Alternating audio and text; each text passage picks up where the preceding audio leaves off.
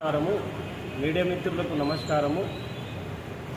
ఈరోజు సికింద్రాబాద్ కంటోన్మెంట్ పరిధిలో కేంద్ర రక్షణ శాఖకు సంబంధించిన స్థలాలలో కానీ రాష్ట్ర ప్రభుత్వానికి సంబంధించినటువంటి స్థలాల్లో కానీ గత 70 సంవత్సరాలుగా ఇక్కడ ఎస్సీ ఎస్టీ బీసీ మైనార్టీలకు చెందినటువంటి అత్యంత నిరుపేద వాళ్ళు నివసించడం జరుగుతూ ఉన్నది. 30 గజాలల్లో 15 గజాలల్లో నివసించడం జరుగుతూ ఉన్నది.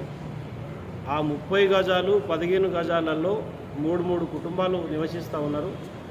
త్రాగడానికి నీళ్లు లేవు. తర్వాత ఒకటే బాత్రూము, లెట్రిన్ రూము, మొత్తము 3 కుటుంబాలు వాడుతూ ఉన్నాయి.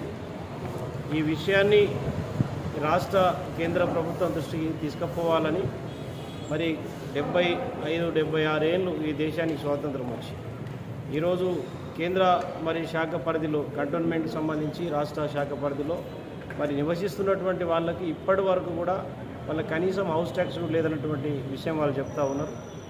వెంటనే సిఓ గారి ద్వారా రాష్ట్ర ప్రభుత్వానికి కేంద్ర ప్రభుత్వానికి ఈ పేదవాళ్ళ యొక్క సమస్య, ఈ యొక్క ఇంటి సమస్య, స్థలం సమస్య ప్రభుత్వం దృష్టికి తీసుకెళ్ళి వెంటనే వాళ్ళకందరికీ ప్రభుత్వ స్థలంలో ఉంటే ప్రభుత్వం వారికి పట్టాలు ఇచ్చే విధంగా కేంద్ర పరిస్థితిలో ఉంటే కేంద్ర రక్షణ శాఖ పేదల పట్ల కనికరం చూపించి వాళ్ళకు పట్టాలు తీసుకుని ఇచ్చే విధంగా, ఒకవేళ కేంద్రం ఇవ్వని పక్షంలో రాష్ట్ర ప్రభుత్వం ఏదైతే ఈ యొక్క కేంద్ర రక్షణ శాఖ పరిధిలో పేదవాళ్ళు నివసిస్తూ ఉన్నారో ఆ ల్యాండ్కి సంబంధించి భూమి బదలాయింపుగా ఈరోజు రాష్ట్ర ప్రభుత్వం కొంత ఎక్కడన్నా భూమి కొనుక్కొని వీళ్ళు ఎంత స్థలంలో అయితే నివసిస్తున్నారో ఆ భూమి కేంద్ర ప్రభుత్వానికి ఇచ్చి, ముఖ్యంగా ఈ పేదవాళ్ళు ఎక్కడెక్కడైతే ఉన్నారో వాళ్ళందరికీ కూడా వాళ్ళ పట్టాలు ఇవ్వాలని కూడా ఈ సందర్భంగా కోరడం జరిగింది.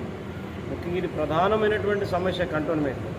ఈరోజు ఈ జిహెచ్ఎంసీ ఈ కంటోన్మెంట్ ఏదైతే ఇష్యూ నడుస్తున్నదో ఈరోజు ముమ్మాటికి కంటోన్మెంట్ జిహెచ్ఎంసీలో విలీన ప్రక్రియ కన్నా ఇది గొప్ప ప్రక్రియ అవుతుంది.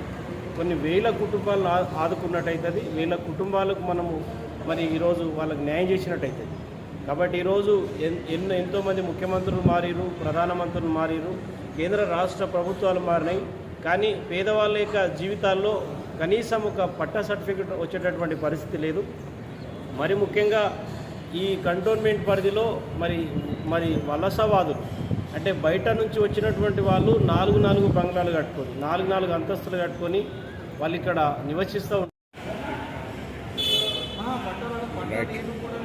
మంచిగా వచ్చి వాళ్ళకి కనీసమైన